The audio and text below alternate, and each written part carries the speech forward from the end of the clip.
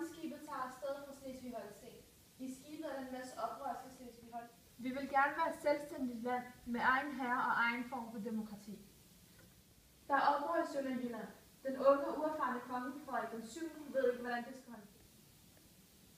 Kære borgere og medmennesker, i Danmark er vi med tiden kun blevet mindre, og vil på nuværende tidspunkt være mistet jorddele. Det kan I standse. Vi har en lidt ung og uerfaren konge, som desværre ikke er sin fulde bevidsthed omkring problemet. Der er startet et oprør i Sønderjylland, og det vil sprede sig. Vi må redde landets fremtid. Kongen er en god person, det må vi huske på. Problemet ligger i hans ministerråd. Han har brug for vores støtte. I morgen tager jeg for at se kongen. Jeg må tale med ham. Deres kongelige højhed. Der er opstået ballade i Sønderjylland, og hvis ikke vi standser den, vil den brede sig. Den nuværende styreform fungerer ikke. Vi vil bede dig træde tilbage.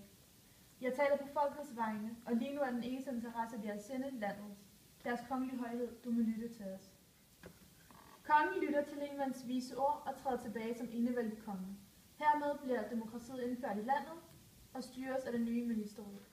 Damptoget ankommer til København og har medbragt oprørske Slesvig-Holstener samt et brev udsendt af prinsen af Nør, ved kongen finder kampen. Min kære ven, hvor har jeg dog savnet dig? Nu hvor jeg er kommet i en position med langt større magt, vil jeg love dig bedre vilkår. I skal nok opnå den frie forfatning. I skal nok komme til at indføre jeres eget demokrati og jeres egen love.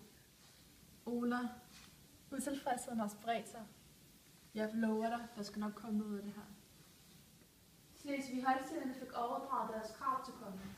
Frederik den 7. svarede ikke, men henviste til sin nye regering med blandt andet Ola Lehmann i spidsen. Den nye ministerråd var mere imødekommende over for det krav, Slesvig-Holstenerne kom med.